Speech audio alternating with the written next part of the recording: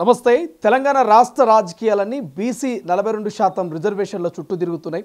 ఓవైపు అధికార కాంగ్రెస్ పార్టీ నేతలంతా, మంత్రులంతా, కార్యకర్తలంతా ఢిల్లీ వేదికగా ఎంపీలు పార్లమెంట్లో, మిగతా నాయకులు జంతర్ మంత్రులు కొట్లాడుతుంటే, మరి కల్వకుట్ల కవిత మాత్రం ఇందిరా పార్కు ధర్నా చౌకలో 72 గంటల దీక్షలో కూర్చున్నది.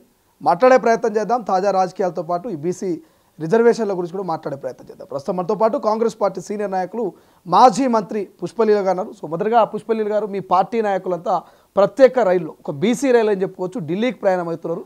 ఎట్లా చూస్తారు? ఢిల్లీలో ఈ 3 రోజుల పాటు ఎట్లుండబోతున్నారు? బాగుంటుంది, మంచి రిజల్ట్. ఒక కదలిక తీసుకొచ్చారు రాహుల్ గాంధీ గారు. అంటే ఏంటి, బీసీలు అనేవాళ్ళు చాలా పాపులేషన్ పరంగా ఉన్న ఓట్లకే పనికొస్తున్నాం, మరి సీట్లు మావి, ఓట్లు మావి అన్నప్పుడు సీట్లు కూడా మావే కదా. ఆ కాన్సెప్ట్ మంచిగా గ్రహించారు పెద్ద. సో దాన్ని బట్టి వారి సూచన మేరకే మరి ఇక్కడ రేవంత్ రెడ్డి గారు, మా పార్టీ, అలాగే మా ఇన్ఛార్జ్ గారు మీనాక్షి మేడం గారు, అసలు వీళ్ళలో చలనం రావాలి. అసలు నిజంగా వాళ్ళు ఏం కోల్పోతున్నారో తెలియజేయాలంటే కాంగ్రెస్ పార్టీయే కరెక్ట్. అందువల్ల దీన్ని కరెక్ట్గా ఒక ప్లాట్ఫామ్ తీసుకువెళ్ళాలి. ఇక్కడ కాదు మనం చేయాల్సింది. ఎందుకంటే బీసీ ప్రధానమంత్రి ఉండి కూడా అలాంటి ఆలోచనే చేయలేకపోవడం దౌర్భాగ్యం. మరి ముఖ్యమంత్రి గారు ఆలోచన విధానంలో కానీ, పనితీరులో కానీ ఇది పెద్ద అంశంగా మనం తీసుకుంటూ, ఒక పక్కన మాది ఎస్సీ వర్గీకరణ కూడా ఇతర రాష్ట్రాల్లో కూడా ఎలాగైతే ఏబీసీ వర్గీకరణ విషయం ఎన్నాళ్ళ నుంచో ఉన్నది, అది చేయడం కూడా జరిగింది. ఎస్సీ వర్గీకరణ అది మేమందరం కూడా చాలా హ్యాపీగా ఫీల్ అయ్యాం రేవంత్ రెడ్డి గారి నిర్ణయానికి. అలాగే కోర్టు మాకు సపోర్ట్ చేయడం, ఆ రోజు పార్టీలో ఉన్న వాళ్ళందరూ కూడా, దేశంలో ఉన్న వాళ్ళందరూ సపోర్ట్ చేసిన దానికి వారు ఒప్పుకోవడం జరిగింది మనకి. సో అలాగే బీసీ వర్గీకరణ అనేది ఇంకా పెద్ద అంశం. ఇది ఈ దేశ చరిత్రను మార్చేది, దశ దిశ చూపించేది అంటే ఇది బీసీలే నన్ను అడిగితే. అసలు వీళ్ళలో ఐక్యమత్య అనేది లేకపోవడం అనేది ఈ రోజుకి కారణం. దీనికి కారణం మీరు అన్నట్టుగా బీజేపీలో బీసీ నాయకులు ఉన్నారు, బీఆర్ఎస్లో బీసీ నాయకులు ఉన్నారు, కాంగ్రెస్లో బీసీ నాయకులు ఉన్నారు. కానీ ఆ పార్టీలకు వ్యతిరేకంగా ఏ ఒక్క బీసీ నాయకుడు బయటకు వచ్చి ఈ రిజర్వేషన్ కోసం కొట్లాడినటువంటి సందర్భం మనకు కనబడట్లేదు. అంటే నిజంగా ఏకం కావాలంటారా బీజేపీ బీఆర్ఎస్లో ఉన్న బీసీ నాయకులు? సమయం ఇప్పుడు పార్టీలకు అతీతంగా తెలంగాణ ఉద్యమంలో ఎలాగైతే కలిసామో అలాగే ఇప్పుడు బీసీలందరూ కూడా పార్టీలకు అతీతంగా ఢిల్లీలో వెళ్ళి ధర్నా చేయాల్సిన అవసరం ఉంది. బీజేపీ నాయకులైనా బీఆర్ఎస్ నాయకులైనా ఎవరైనా మీరు బీసీకి అయితే, మీరు బీసీలో ఉంటే, బీసీ కులం మీదే అయితే కనుక, మీరు కేసీఆర్ ఆ రోజు మాట్లాడలేదా, బొంత పురుగునైనా కౌగులించుకోవాలి, పార్టీలకు అతీతంగా నేను పోతానన్నాడు. ఆయన వచ్చిండు, పోయిండు. ఆయన ఎన్ని జమ్మికి చేసిండో. సరే, తెలంగాణ సాధనలో మనం సక్సెస్ అయ్యామా, తెలంగాణ ఇచ్చిన తర్వాత దానికి ముఖ్యమంత్రి అయిపోయి మనం మోసం చేయడం జరిగింది అనుకోండి. కానీ ఇప్పుడు బీసీలు కనుక కళ్ళు తెరవకపోతే ఇదే సమయం ఇంకా మళ్ళీ రాదు ఇంకా. అందుకని పార్టీలకు అతీతంగా మీరు అక్కడ ఢిల్లీలో మీరు కూడా ఒక సంఘీభావాన్ని చెప్పండి, తెలియజేయండి. మద్దతు తెలియజేయడం వల్ల మిమ్మల్ని పార్టీల నుంచి ఎవరు పీకేరు. పీకేస్తారా? పీకేస్తా పార్టీ ఉంటుందా? ఉండదు కదా. సో ఇదే మీకు ఛాన్స్. ఒక పక్కన మీ నాయకత్వాన్ని కాపాడుకోవచ్చు, రెండోది బీసీల నాయకత్వాన్ని మీరు ఏకీభవించినట్టు ఉంటుంది. లేకపోతే మీరంతా కూడా బ్లాక్ లిస్ట్లో పడిపోతారు. ఎందుకంటే ఏ పార్టీ బీసీలకు సపోర్ట్ చేయదో వాళ్ళంతా బ్లాక్ లిస్ట్లో ఉన్నట్టే కదా. వాళ్ళ కెరీర్ కూడా పాడైపోతుంది కదా. ఏ బీసీ నాయకులు వాళ్ళ నంబర్ కదా. సో అందువల్ల ఇప్పుడు కులాల ప్రాతిపదికన భారతదేశం మంచో చెడుకో నడుస్తుంది కాబట్టి దీన్ని ముందు తీసుకుపోవాలంటే బీసీలంతా ఐక్యమత్యం కావాల్సిన అవసరం ఇప్పుడు వచ్చింది. కానీ బీసీ కాదు అయినప్పటికీ బీసీల కోసం పోరాటం చేస్తున్నట్టున్నది. నా పోరాటం వల్లనే ఆర్డినెన్స్ వచ్చిందని గులాబీ రంగులు జల్లుకున్నది కల్వకుట్ల కవితక్క. మళ్ళీ వాళ్ళ దీక్షలో కూడా కూర్చొని ఆమరణ నిరాహార దీక్షకు నేను సిద్ధమని అంటున్నది. ఎట్లా చూస్తారు? ఢిల్లీ పార్లమెంటు ముంగిట బిల్లులు ఉంటే, ఆర్డినెన్స్ రాష్ట్రపతి దగ్గర ఉంటే, కల్వకుట్ల కవిత మాత్రం రాష్ట్రంలో దీక్ష చేస్తుంది. ఏమనిపిస్తుంది మీకు? ఇక కవితమ్మ గురించి మాట్లాడాలంటే చాలా మాట్లాడవచ్చు. ఆమె ఎట్లా అంటే మన తెలంగాణ దాంట్లో చూస్తాం ఎక్కువ. అంటే అందరు వంట చేసే వాళ్ళు ఉంటారు. అసలు వంట చేసినాడు ఎక్కడ పోతాడు, లాస్ట్కి వచ్చి ఉప్పేసినా ఉంటా చూడు, అట్లా పోసిత్తులాగా ఈమె స్టార్ట్ అయ్యింది ఇప్పుడు మన తెలంగాణ భాషలో. అంటే ఇంకా లాస్ట్కి వచ్చి ఏదో నేను కూడా ఉన్నాను కదా అని చెప్పి ఒక చెప్పుకునే రకం అనమాట. ఇప్పుడు పని పాట ఏమి లేదు. ఒకటి ఈమె జాగృతిగా పెడుతుందా, లేకపోతే టీఆర్ఎస్ ఆధ్వర్యం లేతుందో జనాలకు మాత్రం క్లారిటీ ఇవ్వటం లేదు. పార్టీ పెడతారని మన మీడియా వాళ్ళు కూడా అడిగితే కూడా దానికి కూడా సమాధానం లేదు. కాకపోతే మా పార్టీ లోపల చాలా అన్యాయం జరుగుతుంది అని అంటుంది. కానీ మరి వేరే పార్టీ పెట్టేంత అన్ని దమ్ము, ధైర్యము, డబ్బు ఉంది కాబట్టి ఆమె పెట్టొచ్చు. మరి బీసీలకు సంబంధించి గతంలో 10 ఏళ్ల నుంచి ఇంతకుముందు ఆమెకి ఎప్పుడు కనపడని బీసీలు ఇప్పుడు కనబడుతున్నారా? ఈ మరి ధర్నా చేస్తే ఇప్పుడు వీళ్ళ అయ్యా ఆ రోజు ధర్నా చౌకను బంద్ చేసిండు కదా తల్లి. అప్పుడు నువ్వెక్కడున్నావు అమ్మా? అప్పుడు లేవా రాజకీయాల్లో? అప్పుడు బీసీలు లేరా? అప్పుడు ధర్నా చౌక్ గురించి ఎందుకో మాట్లాడలేవు. ఇవాళ మేము ఇవ్వలేదు అనుకో, ఒకవేళ రేవంత్ రెడ్డి గారు ఈరోజు ధర్నా చేసుకోవడానికి ఆ స్థలాన్ని ఇవ్వలేకపోతే పెద్ద పంట చేసేది. ఆ పెంట ఎందుకు మనకు? అయితే ఆమె ఇక్కడగా చేయాల్సింది, ఆమె పోయి ఢిల్లీలో చేయాలి. నిజంగా కూడా ఆమెకు ఆ చిత్తశుద్ధి ఉంటే ఆమె ఇక్కడ కూర్చొని చేయాల్సింది కాదమ్మా కవితమ్మ, తమరు అక్కడికి వెళ్ళండి, అక్కడికి వెళ్ళి మీ సంఘీభావాన్ని అక్కడ చెప్పండి. కనీసం మీకన్నా మీ ఫ్యామిలీ నుంచి ఆడబిడ్డగా ఒక సపోర్టు దొరికించుకున్న దాని అవుతావు. లేకపోతే పొలిటికల్ కోసం ఇప్పుడు నువ్వు సస్టైన్ కావాలని పాప నీకున్న పరిస్థితుల్లో ఏది క్లారిటీ లేదు కదమ్మా. సరే మీరు అన్నట్టు ఢిల్లీలో పార్లమెంట్ ముంగిటనో లేకపోతే జంతర్ మంతర్ దగ్గర కొట్లాడాలంటారు, మరి ఎందుకు కవిత ఇక్కడ చేస్తుంది అనుకోవాలి? ఏమై కారణం ఏంటో చోటు లాజిక్ ఏం లాజిక్ అంటే ఒక పక్కన తీర్మాన్ మల్లన్న, ఇంకో పక్కన బీసీ నాయకుడు ఉన్న ఆర్ కృష్ణయ్య గారు, వీళ్ళందరూ కూడా చేసిన లీడర్లు అందరినీ కాదని ఇక నేనే పెద్ద నాయకుడిని పెద్ద నాయకురాలకి అనే లెవెల్లో ఆమె చెప్పుకోవడానికి ఆమెకు డబ్బులు ఉన్నాయి. మొన్ననే తిహార్ జైలుకి వెళ్ళింది కాబట్టి డబ్బులు ఉన్నాయి. ఎందుకు ఉన్నాయో అందరికీ తెలుసు. సో అది ఏ మామూలు స్త్రీ చేస్తే అంత లెవెల్లో చేయడానికి సాహసం కాని పనులు. సో ఇప్పుడు ఆమె చేస్తుందంటే దానికి ఇక్కడ చేయడానికి ఆ ధర్నా చేయడానికి అనేక కారణాలు ఏంటంటే లీడర్షిప్ కోసం ఆమె పడుతున్న తపన. అంటే ఆమె రేపొద్దున టీఆర్ఎస్లో కన్నా వాళ్ళ నాన్న పిలిచి మాట్లాడితే లేదమ్మా నువ్వు రా బిడ్డ నా దగ్గర కానీ పిలుస్తాడేమో అని మస్కా చూస్తే అది కుదరలేదు, వాళ్ళ నాన్న పిలిచే పరిస్థితి లేదు. ఇప్పుడు చూస్తే వాళ్ళ అన్న పరిస్థితి, ఆయన దోదారి, హరీష్ రావు దోదారి. మరి ఈయన మాట్లాడిన దానికి ఈయన ధర్నాకు పోని మనం ఎంత అవసరం లేదు, ఈమెకి ఎంత పార్టీ లెవెల్ బీఆర్ఎస్లో ఉందా అన్నది లేదన్నది మనకు డౌట్. సో ఇప్పుడు మరి హరీష్ రావు కానీ లేకపోతే వాళ్ళ అన్న కానీ వాళ్ళ టీఆర్ఎస్ వాళ్ళు కానీ వచ్చి మరి ఈమెతో కూర్చున్నారా? ఉన్నారా అమ్మా? నువ్వు చెప్పు ప్రజలకి. మరి లేనప్పుడు నువ్వు ఎవరనుకో కూర్చోవాలా? జాగృతి అనుకో కూర్చోవాలి. మరి జాగృతి అనేది పార్టీయా ఆర్గనైజేషనా? నీకు క్లారిటీ ఇవ్వాలి కదమ్మా జనాలకి. మరి బీసీ వర్గీకరణ కోసం నువ్వు చెప్తే ఆర్డినెన్స్ వచ్చినాయి ఆ తల్లి పోయబ్బా. ఇక అందరు బీసీ నాయకులంతా చచ్చిపోయినారు, లీడర్లంతా ఎవ్వరు లేరు. ఇక నువ్వు అన్నీ అయిపోయినాయి కాబట్టి ఇక జైలు గీళ్ళు అన్నీ చూసుకొచ్చున్నావు కాబట్టి ఇక నేనే పెద్ద లీడర్ను. ఎవరో చెప్పిరట ఆమెకి జైలుకు వెళ్ళిన వాళ్ళందరూ ముఖ్యమంత్రులు అవుతారని అంటుంది కదా కల్వకుంట్ల కవిత. రేపో మాపో ఇంకో 10 ఏళ్ల తర్వాత నేను ముఖ్యమంత్రి అయితే ఒక స్టేట్మెంట్ కూడా ఇస్తున్నది కదా. తప్పులేదు, అవ్వచ్చు. ఆడపిల్లగా నేను సమర్థిస్తా దాన్ని. మళ్ళీ నా స్వార్థం కూడా ఉంది, సమర్థిస్తా. కానీ ఆ దాంట్లో కూడా ఇలాంటిది కాదు, జిమ్మిక్లు చేసి రాజకీయాలు చేసి కాదమ్మా. రాజకీయం అంటే ఉంటుంది కానీ జిమ్మిక్స్ చేస్తున్నది బాగా. అంటే అంత ముందు లీకేజీలు ఇచ్చేవాళ్ళు ఉన్నారు ఆమెకి. ఇక ఇది వస్తుందంట, దీని మీద మాట్లాడితే ఆ క్రెడిట్ నీకు వస్తుందంటే కొంతమందిని అట్లా పెట్టుకొని ఆ రకంగా ఈమె మాట్లాడడం వల్ల క్రెడిబిలిటీ కొట్టాలనుకునే తప్ప ఆమెకు నిజంగా అసలు బీసీలకి ఎవరెవరు ఎందుకు ఆ కులాలలో ఉన్నారు, ఆ కులాల బ్యాక్గ్రౌండ్ ఏంది, ఆ కుల వృత్తులు రావడానికి ఉన్న విషయాలు ఏంటి, అసలు వాళ్ళు ఎందుకు ఈ బీసీ వారికి అంటే అప్పుడు తెలుగుదేశం నుంచి మండల వ్యవస్థీకరణ దగ్గర నుంచి ఇప్పటి వరకు ఈమె పుట్టి ఉండకపోవచ్చు. కానీ ఇప్పుడు ఈ బిల్లును నేను ధర్నా చేస్తేనే వచ్చిందన్న క్రెడిబిలిటీ కోసం వస్తుందంటే అసలు బీసీ నాయకులకే కోపం వస్తుంది అందరికీ. మరి ఈమె సరే అనుకుందా, ఏదో ఆడబిడ్డగా ప్రయత్నం చేస్తుంది, ఈ బీసీ వర్గానికి నా సపోర్ట్ చేస్తుంది. మరి చేసే టైంకి మా రేవంత్ రెడ్డి గారు చేసేది మంచి అయితే మా కాంగ్రెస్ పార్టీకి సపోర్ట్లా ఉన్న వాళ్ళందరూ వెళ్తున్నారు కదా ఢిల్లీలో, మరి వాళ్ళతో పాటు కూడా వెళ్ళొచ్చు కదమ్మా. అంటే పార్టీలో జాయిన్ అమ్మ అనట్లేదమ్మా తల్లి, నేను కాంగ్రెస్ పార్టీలో జాయిన్ కావాలమంటలేదు, కేవలం సపోర్ట్గా ఢిల్లీ పోమంటున్నా. ఢిల్లీకి ఎందుకు పొమ్మంటున్నా, బీసీ వర్గీకరణకు పొమ్మంటున్నా. ఇప్పుడు మేము అందరం పార్టీలకు ఇంతకుముందు చెప్పినట్టు పార్టీలకు అతీతంగా జాగృతి అనే సంస్థ ద్వారా వెళ్ళి తల్లి ఇంకా ఫ్రీగా కదా నువ్వు వెళ్ళొచ్చు కదా.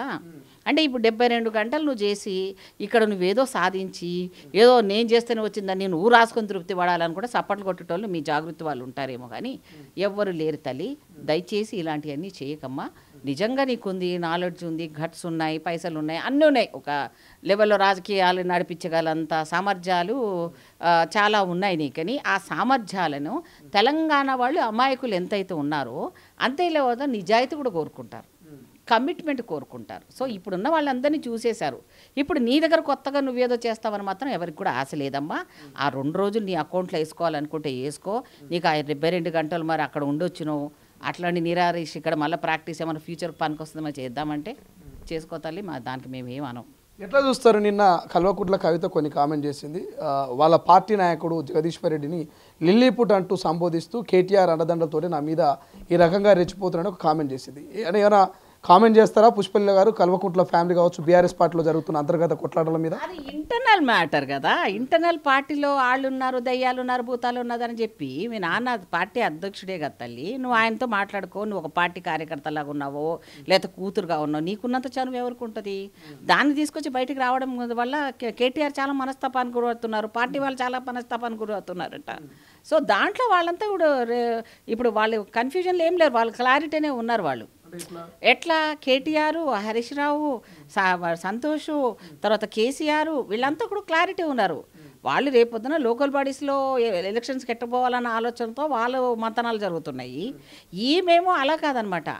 ఇది జరుగుతుంది, జరగబోతుంది, మా కాంగ్రెస్ పార్టీ ఉంది కాబట్టి, రాహుల్ గాంధీ గారు ఆలోచన చేసిండు కాబట్టి, అది సక్సెస్ అవుతుందన్న దాంట్లో ఉంది కాబట్టి, ఆ క్రెడిబిలిటీ మాకు రావాలి కాబట్టి అన్న ఆలోచనతో ఆమె ఒక లెవెల్లో ఒక గేమ్ ఆడుతుంది అంతే, మైండ్ గేమ్, అంతకు మించి ఏమీ లేదు. ఎట్లా చూస్తారు వరుసగా ఇంకోటి ఫ్యామిలీ విషయం లోపల ఇప్పుడు ఆమె ఎగ్జిస్టెన్స్ ఏంది అనేది ఆమెకి క్లారిటీ లేదు కాబట్టి ఇట్లాగన్నా ఉద్యమాలు చేస్తుంటే కొడుకు కంటే బెటర్ బిడ్డ అని జనాలకు వెళ్ళాలి. ఒకటి ఉమెన్ లీడర్షిప్ను కూడా ఈ అమ్మాయి చాలా బాగా సబ్జెక్టు వాళ్ళిద్దరికంటే బాగుందని, తర్వాత వాళ్ళిద్దరి మధ్యలో ఇప్పుడు వీళ్ళు ఒకరికొకరి దగ్గర బాగా ఖజానాలు ఉన్నాయి, డబ్బులు తెలంగాణ బిడ్డల సొత్తులు బాగా తిన్నవాళ్ళు కాబట్టి బాగా ఉన్నాయి కాబట్టి ఎవరు ముందు పడలేంది నేను పడుతున్నా, ముందు నా జాగ్రత్త చూసుకోవాలనే దాంట్లో అతి తెలివితోటి వెళ్తుంది అమ్మాయి.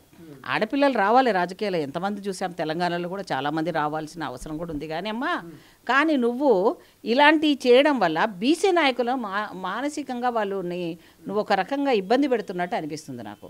ఇప్పుడు తీన్మార్ మల్లనే నేను ఒక కామెంట్ చేశాడు, ఆమెకేం తెలుసు అన్నాడు. అలా 10 మంది ప్రశ్నిస్తారు. నేను సరే నువ్వు దీక్ష మద్దతు కోసం చేస్తున్నావా కాంగ్రెస్ పార్టీ, ఇప్పుడు మేము ధర్నాకి వెళ్తున్నాం, మాకు మద్దతుగా ఏ పార్టీ చేసినా నేను మద్దతు చెప్తానన్నాను, నీకు గొప్పతనం ఉంటుంది కదా. అట్లా కాకుండా నేను నా ఇండివిజువల్గా 72 గంటలు బీసీ వర్గీకరణ కోసం చేస్తా, నాకే ఆ క్రెడిబిలిటీ రావాలనుకుంటే ఇప్పుడు నువ్వు చేసుకున్న మార్కులు నీకు 0లు ఉన్నావు ఆల్రెడీ, ఇక నీకు మార్కులు పడవమ్మా. సో కాళేశ్వరం కమిషను రాష్ట్ర ప్రభుత్వానికి నివేదిక ఇచ్చింది. ఇవాళ క్యాబినెట్లో కూడా డిస్కషన్ జరుగుతున్నది. కేసీఆర్ వరుసగా ఇటు కేటీఆర్ తోటి, హరీష్ రావు తోటి, ముఖ్య నేతలతోటి భేటీ అవుతున్నట్టుగా తెలుస్తున్నది. ఏం చెప్తారు కేసీఆర్ ఈ భేటీల మీద, ఏం కామెంట్ చేస్తారు? అఫీషియల్గా ఇప్పుడు ఏదైనా నేను అది కాళేశ్వరం అంటే భగీరథుడిలాగా ఫీల్ అయిపోయి అంతా నేనే చేసేసి మహా పెద్ద తీసుకొచ్చినట్టు పాపం చేశారు కేసీఆర్ గారు. ఇప్పుడు వస్తున్నది రాబోయే విపత్తును గుర్తించేశాడు ఆయన. ఇప్పుడు దాన్ని టెక్నికాలజీతో పాటు ఎవరెవరు ఏమేమి చేశారు అనేది ఫ్యాక్ట్ కూడా తెలుసుకోవాలి. కాబట్టి రేపు జనాలకు వెళ్ళాలంటే కాంగ్రెస్ పార్టీ వేసిన ఏవైతే ఇప్పుడు నిజ నిదాన కమిటీ లాగా అనుకోండి, ఆ లెవెల్లో అధ్యయనం జరిగింది. ఆ తర్వాత అఫీషియల్గా వాళ్ళు కూడా ఏం చెప్తున్నారు, మమ్మల్ని అసలు ఏమి చేయనిలేదు, వాళ్ళు మేము చెప్తున్నా వినకుండా వాళ్ళ ఇష్టం వచ్చినట్టు వాళ్ళే ఇంజనీర్ అయిపోయారు, వాళ్ళే అంతా చేశారు, కేసీఆర్ గారు చెప్తేనే మేము చేశాము అని వాళ్ళ మీద వేసేస్తున్నారు. ఇప్పుడు బాధ్యులు ఎవరు పట్టుకోవాలి అంటే ప్రజాధనం వేస్ట్ చేశారు. ఈరోజు ఒక చుక్క నీళ్లు రాలేదు, మళ్ళీ దాన్ని రిపేర్ చేయమని పొంతనాలు పెడుతున్నారు. సో దీని క్లారిఫికేషన్ ఇవ్వాలి అంటే వాళ్ళు ఈరోజు మీటింగ్ పెట్టడానికి ప్రధాన కారణం ఏంటంటే రేపొద్దున అరెస్ట్ అవుతాం. మేము అరెస్ట్ అవ్వడానికి మా దగ్గర సాక్ష్యాలు పెట్టుకోవాలి కాబట్టి మేము ఒక పక్కన సమగ్రంగా అన్ని రిపోర్ట్స్ జాగ్రత్తగా మా మంత్రులు కానీ మా క్యాబినెట్ మంత్రులు కానీ అందరూ కూడా క్షుణ్ణంగా దీని వెనకాల పడ్డారు. ఎందుకంటే జనాలు క్లారిటీ ఇవ్వాలి. మనం ఊరికైనా అరెస్ట్ చేయొచ్చు కదా, అరెస్ట్ చేయాలంటే వాళ్ళ లీడర్షిప్ని పెంచడానికి మాకు అంత రాజకీయ అవగాహన లేని వాళ్ళం ఏం కాదు. వాళ్ళు హీరోలు జైలు చేసిన వాళ్ళంతా హీరోలు చేసినట్టు మళ్ళీ ఆ పెంట ఎక్కడ పెట్టుకోవాలి మేము. సో అది కాకుండా వాళ్ళు ఏమేమి తప్పులు చేశారు, ఎన్ని కోట్ల రూపాయలు వాళ్ళు వృధా చేశారు, వాటిని ఎట్లా మనము ప్రజలకు తెలియజెప్పాలి, ప్రతి లెవెల్లో వాళ్ళని ఏ రకంగా జనాలు మోసం చేశారని చేయడం కోసమే ఈరోజు కాంగ్రెస్ పార్టీ తెలంగాణ ఇచ్చినాక ఎట్లా మోసపోయాం, ఉద్యోగాలలో ఎట్లా మనకు అన్యాయం జరిగింది, నీళ్ళలో ఎలా జరిగింది, ఇప్పుడు మనకు జరుగుతున్న నీళ్ళు వాటాల విషయంలో కూడా వెళ్ళి ఈయన ఆంధ్ర వాళ్ళతో ఎట్లా మాట్లాడాడు, జగన్ గారితో ఎలా మమేకమైపోయారు, ఎట్లా మాట్లాడుకున్నారు కాబట్టి నీళ్లు వెళ్ళిపోతున్నాయి అంటున్నారు. రేపొద్దున నీటికి సంబంధించిన యుద్ధాలు రావడానికి కూడా ఈ కేసీఆర్ ప్రభుత్వమే కారణం. అట్లాగే వీటి మీద కూడా కొన్ని వేల కోట్ల రూపాయలు ఏ ఆంధ్ర వాళ్ళతో గొడవలు పడ్డామో పెట్టించారో, తెలంగాణ ఆంధ్ర సపరేట్ కావాలని చెప్పిన ఈ మహానుభావులే ఆ కాంట్రాక్టర్లను వాళ్ళనే పెంచారు కదా వీళ్ళు. దానికి కేటీఆర్ స్వయంగా అసెంబ్లీలో చెప్పాడమ్మా ఏమని అంటే ఇక్కడ ఎలిజిబిలిటీ ఉన్న కాంట్రాక్టర్ లేరండి, అందుకని వాళ్ళకి ఇవ్వాల్సి వచ్చింది అన్నాడు. ఎంత అసలు బాధ వేసిందంటే నాకు, అంత బాధ. వాళ్ళు ఉన్నప్పుడు 20% అడ్వాన్స్ డబ్బులు ఇచ్చేవాళ్ళు మిషనరీకనో దానికోనో. ఇప్పుడు అవన్నీ ఏమి లేకుండా ఈ 10 ఏళ్లలో ఈ తెలంగాణ వాళ్ళు ఎలిజిబుల్ రాకుండా, కాంట్రాక్టర్లు రాకుండా అవన్నీ కూడా తీసి పడేశారు. సో ఎవడు ఎలిజిబుల్ అవుతాడు మనవాళ్ళు చెప్పు. సో ఇవన్నీ టెక్నికాలిటీని బాగా పట్టేసే బాగా సంపాదించుకొని హరీష్ రావు ఈరోజు భయంలో ఉన్నాడు. వీళ్ళంతా ఇప్పుడు భయంలో మీటింగ్లు పెట్టుకుంటున్నారు.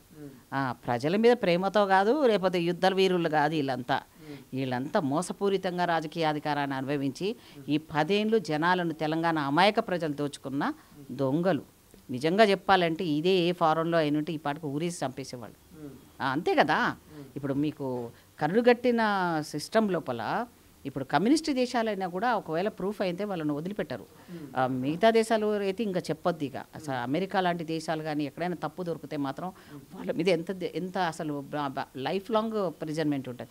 అంతెందుకు ఇప్పుడు కాంట్రాక్టర్ వర్కులు జరుగుతుంటాయి, దాంట్లో విజిలెన్స్ ఏం పని చేసి వచ్చంటావు నన్ను అడిగితే. ఆ విజిలెన్స్ పని వాళ్ళని కూడా మాట్లాడనీయలేదు కేసీఆర్ గారు. అందుకని కదా అంత పెచ్చులు వచ్చినాయి. ఇప్పుడు వాటరు అంత బిల్లులు కట్టాం, అవసరమా మనకి? అంత బిల్లు కట్టి అన్ని వేల రూపాయలు కట్టి కరెంటు బిల్లులు కడితే మనకు వచ్చింది ఏంటి? సుండా మనకి. మళ్ళీ దానికి మేము చేసినట్టు ఎవ్వరే లేదు. మా నాన్న ఇప్పుడు ఒక పక్కన మామ గొప్ప అంటాడు, కేటీఆర్ మా అయ్య గొప్ప అంటాడు.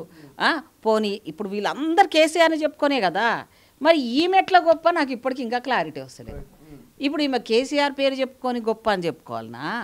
లేదు అంటే కేసీఆర్ విభాగం లోపల జాగృతి అని బతుకమ్మలు పెట్టి దాంట్లో ఉన్న గొప్ప నాయకులు అనుకోవాలా? ఈమె ఏ లెవెల్ గొప్ప అనుకొని బీసీ ఉద్యమాన్ని చేపట్టిందో నాకు అర్థం కావట్లేదు. ఫైనల్గా ఏం చెప్తారు? ముస్లిం రిజర్వేషన్లు బీసీల 42% తీసేస్తే కానీ మేము మద్దతు ఇవ్వమని బీజేపీ నాయకులు తేల్చి చెప్తున్నారు. నిన్న ధర్నా చౌక్లో ధర్నా చేసిరు, ఇవాళ డోర్ టు డోర్ వెళ్ళి కూడా మీ కాంగ్రెస్ 6 గ్యారెంటీల వైఫల్యాన్ని ప్రజలకు చెప్పే ప్రయత్నం చేస్తారు. ఏం చెప్తారు? ఇప్పుడు నిజంగా మోదీ ఎంత కుట్రపూరిత రాజకీయాలు చేసి ఈ భారతదేశంలోన ఒక మనని, ఒక కలిసి మలిసి ఉన్న భిన్నత్వంలో ఏకంలో ఉన్న మనని, మతాలు కలిసి ఉన్న మనని ఇన్ని రోజులు కూడా మనం ఎలాంటి గొడవలు పడకుండా భాయిచార అంటాం. మనం పొద్దులేస్తే ముస్లిం ఇంటికి పోతాము, మనము వాళ్ళ పండుగలకు మనం షీర్ కురుమాలు తెచ్చుకుంటాము, ముస్లిం కల్చర్లు భాయ్ బాన్ అంటాము. ఇక్కడ అన్ని ప్రాంతాల వాళ్ళు ఉన్నారు, అందరికీ షెల్టర్ ఇచ్చింది ఈ భారతదేశమే. అలాంటి దేశం, మహోన్నతమైన దేశం. అట్లాంటిది ఇక్కడ దీన్ని ఇప్పుడు తీసుకొచ్చి ముస్లిం, మరి నీకు మోదీకి ఓట్లు వేయలేదా ముస్లిమ్స్? ఏ నార్త్లో వేయలేదా? నీ గుజరాత్లో వేయలేదా? నీ పంజాబ్లో నువ్వు గవర్నమెంట్ ఎక్కడైతే ఉందో మీ ప్రాంతాల లోపల మీకు ఎక్కడ ముస్లిం ఓట్లు లేకుండా పనిచేస్తారు? అసలు ఎంఐఎం అనే పార్టీ ఒక పార్టీ ఉంది కదా.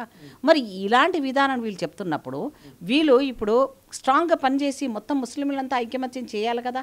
ఈరోజు పార్లమెంట్లో కూడా పెద్ద గొడవ చేయాలి కదా. ఇప్పుడు ఎలా తీసేస్తారు?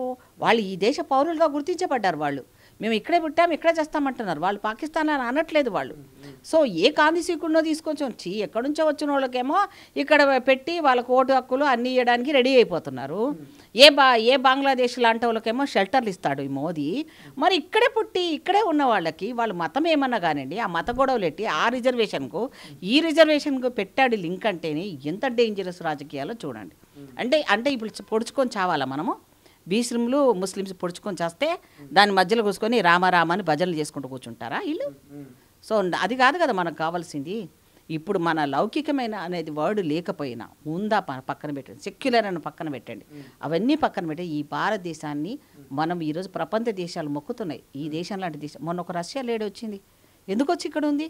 ఇక్కడ వచ్చి పిల్లలు వేసుకునేది. ఈ దేశంలో నేను చూసినంత మంచితనం ఉన్న మనుషులు ఎక్కడా లేరు, మా రష్యాలో కూడా కనపడలేదని అంటుంది. అలా ఎంతోమంది ఇక్కడ వచ్చి షెల్టర్ ఇస్తారే. ఈ హైదరాబాద్ వచ్చిన కూడా రూపాయి లేకుండా వచ్చి బతుకుతారు. ఎంతమంది మనం ఆదుకుంటాం? సో ఈరోజు మతాల కల్లోలు సృష్టించడానికి మోదీ చేస్తున్న పెద్ద కుట్ర. దయచేసి జనాలు ఈ దాన్ని మనము వ్యతిరేకించాలంటే ముందు మనం అందరూ ఐక్యత కావాలి. ఎస్సీ బీసీ మైనార్టీలు అందరూ కూడా ఒక్కటైతే తప్ప ఈ మోదీని దించేంత వరకు ఈ దేశ దరిద్రాలు పోవు. లేకపోతే ఈ దేశాన్ని నాశనం చేసిన దాంట్లో ఒక పక్క యుద్ధాలు జరిగి ఆ రకంగా ఉన్నదాన్ని పోయి అక్కడ విదేశాల్లో ట్రంప్ తోటి మాట్లాడాను, అది చేశానన్నాడు, మన ఇండియన్ బిడ్డలకే కడుపు కొట్టాడు. మనకి ఏలాగా లేదు. మొన్న చూస్తే టారిఫ్ 20% పెంచాడు. మరి ఇప్పుడు మోడీ చెప్పిన గ్యారెంటీలు ఇక్కడే అమలు కాక 400 నుంచి 240 పడిపోయిన మోదీ ఈరోజు ఇక్కడొచ్చి ఈ రిజర్వేషన్ గురించి ఆయన మాట్లాడకపోగా బీసీ అయ్యుండి ఇప్పుడు మైనార్టీ లింక్ పెట్టారంటే ఎంత డేంజరో చూడండి. హింస జరపడానికి కుట్ర. మొత్తం మీద మోదీ ప్రభుత్వాన్ని గద్దెదించాలంటూ మరి మాజీ మంత్రి పుష్పలీలో చెప్తున్నటువంటి పరిస్థితి. బీసీ ఎస్సీ ఎస్టీ మైనార్టీలంతా ఏకం కావాలి, 42% రిజర్వేషన్ కోసం ఇప్పటికే కాంగ్రెస్ అధిష్టానం అంతా కూడా ఢిల్లీ వేదికగా జంతర్ మంతర్ వేదికగా కొట్లాడుతున్నది. ఖచ్చితంగా భవిష్యత్తులో కాంగ్రెస్ అధికారంలోకి తీసుకురావాలంటూ ఆమె చెప్పకని చెప్తూ ఇక కల్వకుంట్ల కవిత చేస్తున్న దీక్ష ఎవరి కోసం ఎందుకోసం అంటూ ఆమె ప్రశ్నిస్తున్నటువంటి పరిస్థితి. చూద్దాం ఏం జరుగుతుంది. మరి ఇంతమంది కలిసి పోరాడుతున్నారు. ఓవైపు బీసీ సంఘాలు కాంగ్రెస్ నాయకులంతా కూడా ఢిల్లీకి పోయారు కాబట్టి 42% రిజర్వేషన్ మీద మరి కేంద్ర ప్రభుత్వం అయినా స్పందిస్తుందా? కేంద్రం మెడలు వంచి బీసీలకు 42% రిజర్వేషన్ కాంగ్రెస్ అమలు చేస్తుందా? ఏం జరగబోతున్నది? కాళేశ్వరం మరి ఇప్పటికే కమిషన్ ఇచ్చిన నివేదిక రాష్ట్ర ప్రభుత్వం మంత్రివర్గంలో డిస్కషన్ చేస్తున్నటువంటి నేపథ్యంలో మరి నిజమైనటువంటి దోషుల్ని గుర్తించి శిక్ష వేసేటువంటి అవకాశం ఉందా? ఏం జరగబోతుంది అనేది భవిష్యత్తులో చూడాల్సినటువంటి పరిస్థితి కనిపిస్తుంది. కెమెరా పర్సన్ అజయ్తో శ్రీశైలం, తొలి వెలుగు, హైదరాబాద్. అసలైన తొలి వెలుగు. ఫాలో వాట్సాప్ @తొలి వెలుగు official.